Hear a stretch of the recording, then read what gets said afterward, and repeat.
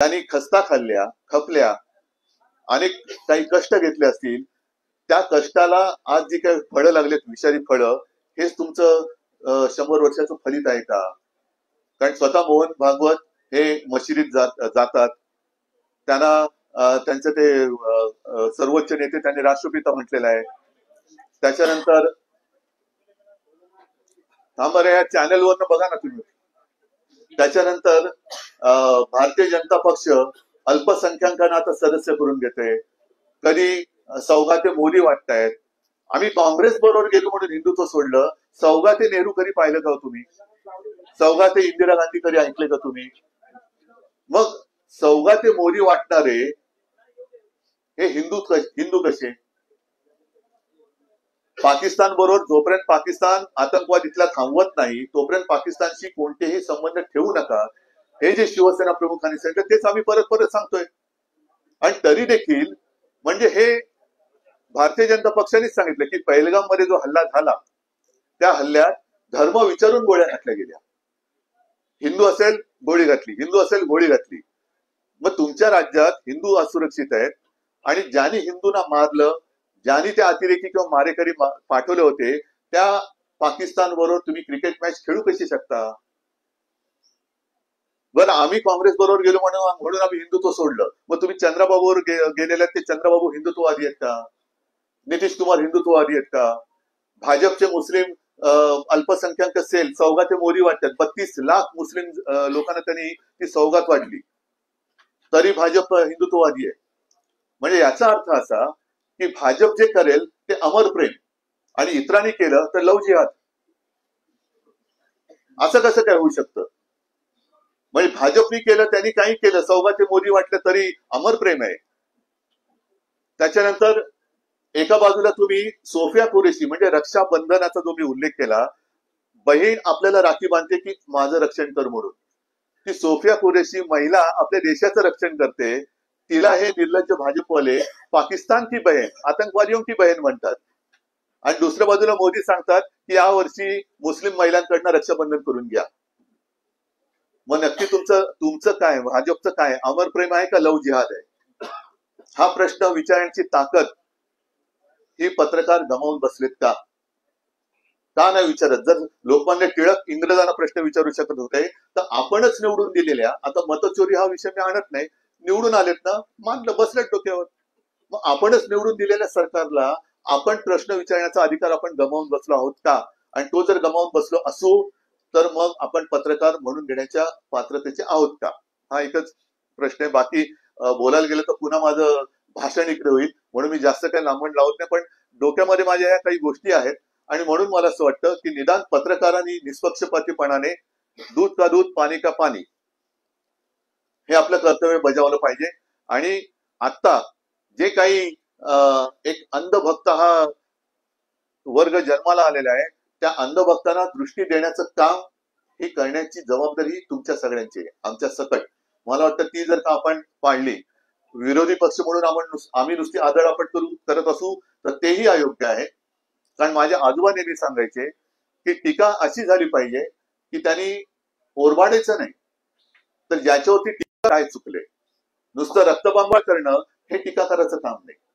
त्याला कळलं पाहिजे की अरे हे माझं चुकलंय, हे चुकलंय माझं. म्हणजे दोन्हीकडे तर एक हे पाहिजे नीतिमत्ता, की एक सांगण्याचं धाडस पाहिजे योग्य ते, आणि दुसरं सांगितलेलं ऍक्सेप्ट करून सुधारण्याची सुद्धा एक वृत्ती पाहिजे ज्याच्यावर टीका केली जाते त्याच्याबद्दल. तर हे असं साधारणतः माझं एक मत आहे. मी जास्त आणखीन पुढे जात नाही. तुमचे प्रश्न विचारा, मी उत्तर द्यायचा प्रयत्न करतो. हरीशजी बरोबर आहे ना? तेव्हाच साहेबांचं हिंदुत्व आणि अभिजित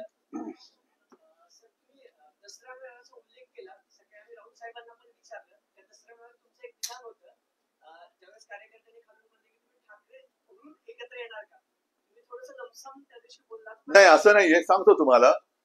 एक तर असं आहे की साधारणतः 2005 पासून आम्ही वेगळे झालो होतो. त्याच्यानंतर एका मुद्द्यावरती आम्ही एकत्र आलो आणि रोज आम्ही उठून आम्ही एकत्र आलो असं बोलण्याची गरज नाही. आम्ही 5 जुलैला जो मेळावा घेतला, जर एकत्र यायचं नसतं तर आम्ही एकत्र आलोच नसतो. आता जे काही सुरू झालेलं आहे ना मुद्दामून, की आम्ही एकत्र आलोय त्याच्यामध्ये, म्हणजे मी तुम्हाला नाही म्हणत, कृपा करून गैरसमज म्हणू नका, मी आमच्या विरोधकांना म्हणतोय की त्यांचे धाबे दणाणलेत आता, की हे मराठी माणूस एकवटला तर आपलं काय होणार, म्हणून मग ते कुठेतरी त्याला काय, तुम्हाला कळलं असेल त्यांचा प्रयत्न काय आहे तो. बघा मी तुम्हाला एक सांगू का, मी गद्दार आणि नमक हरामानं उत्तर देत नाही.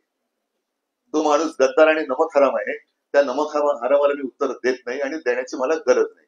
कारण ठाकरे म्हणजे काय आहे हे अख्खा महाराष्ट्र आणि अख्खा देश ओळखतो. त्याच्यामुळे त्या गद्दाराला आणि हरामखोराला मी काय उत्तर देणार नाही.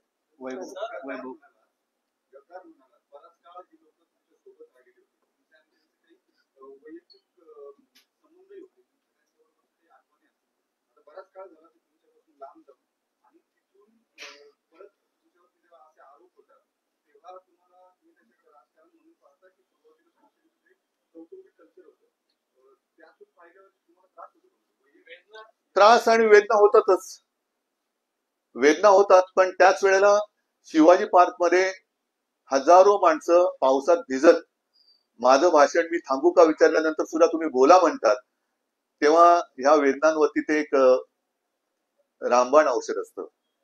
आणि शिव्या देणाऱ्यांपेक्षा आशीर्वाद देणाऱ्यांचे हात खूप महत्वाचे असतात आणि ते हात कितीतरी पटीने माझ्या पाठीशी उभे आहेत, म्हणून तर मी उभा राहू शकतो.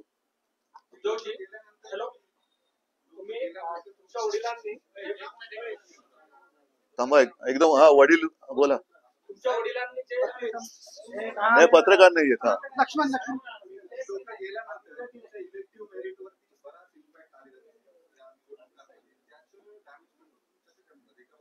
नाही, इलेक्टिव्ह मेरिट कशावरती असतं,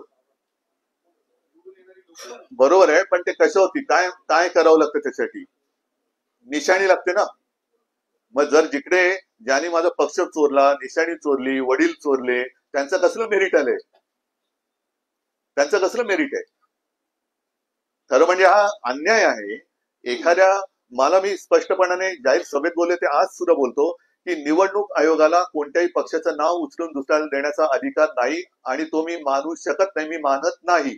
त्याच्यामुळे माझा पक्ष हा शिवसेनाच आहे, शिवसेनाच होता आणि शिवसेनाच राहील. नाहीतर मी निवडणूक आयोगाचं आयुक्ताचं नाव हे धोंड्यात ठेवलं होतं. आता तो धोंड्या गेला, कुठे गेला तो मला माहित नाही, पण आता नवीन गोट्या आला असेल तर त्याचं नाव मी गोट्या ठेवेन. कारण तो माझ्या पक्षाचं नाव बदलू शकत नाही. माझ्या पक्षाचं नाव माझ्या आजोबांनी आणि वडिलांनी ठेवलेलं आहे. निवडणूक आयुक्त तेव्हा जन्माला पण आले नसतील हे आत्ताचे.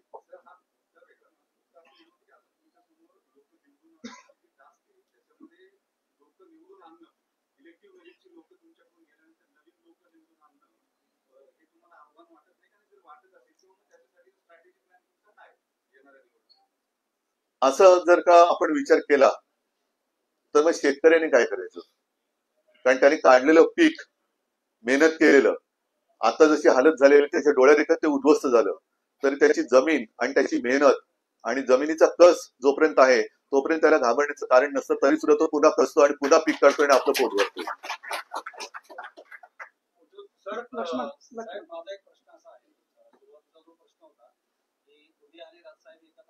अरे तुम्ही दाखवताय ना का आपण असंच बोलतोय.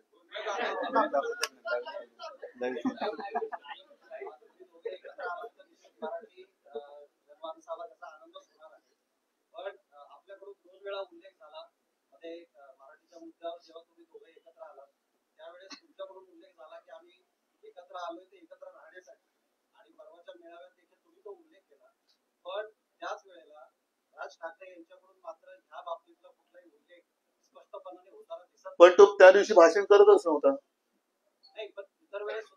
पण हो थांबा ना तुम्ही, आता अजून निवडणूक नाही जाहीर झालेली, त्याच्यानंतर आमच्या 2-3 वेळा भेटी पण झालेल्या आहेत, तर काही गोष्टी व्यवस्थित करू द्या ना.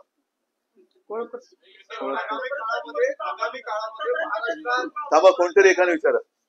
आतापर्यंत निवडणुका महाविकास आघाडी म्हणून लढवल्या, महापालिकेच्या निवडणुका आघाडी म्हणून लढवणार का, किंवा त्यात कोणी ऍडिशन डिव्हिजन? हा प्रश्न तिन्ही पक्षांनी मिळून सोडवायला पाहिजे. कारण लोकसभा आणि विधानसभा आम्ही महाविकास आघाडी म्हणून लढलो.